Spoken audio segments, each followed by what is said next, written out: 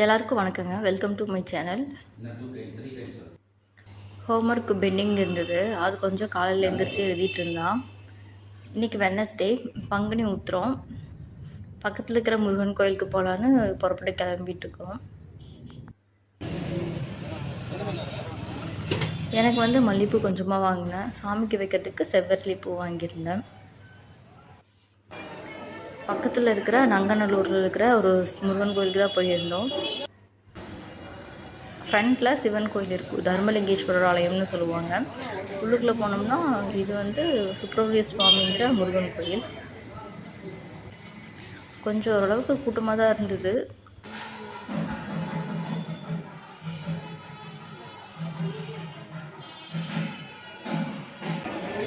சாமியை தரிசனம் பண்ணியாச்சு.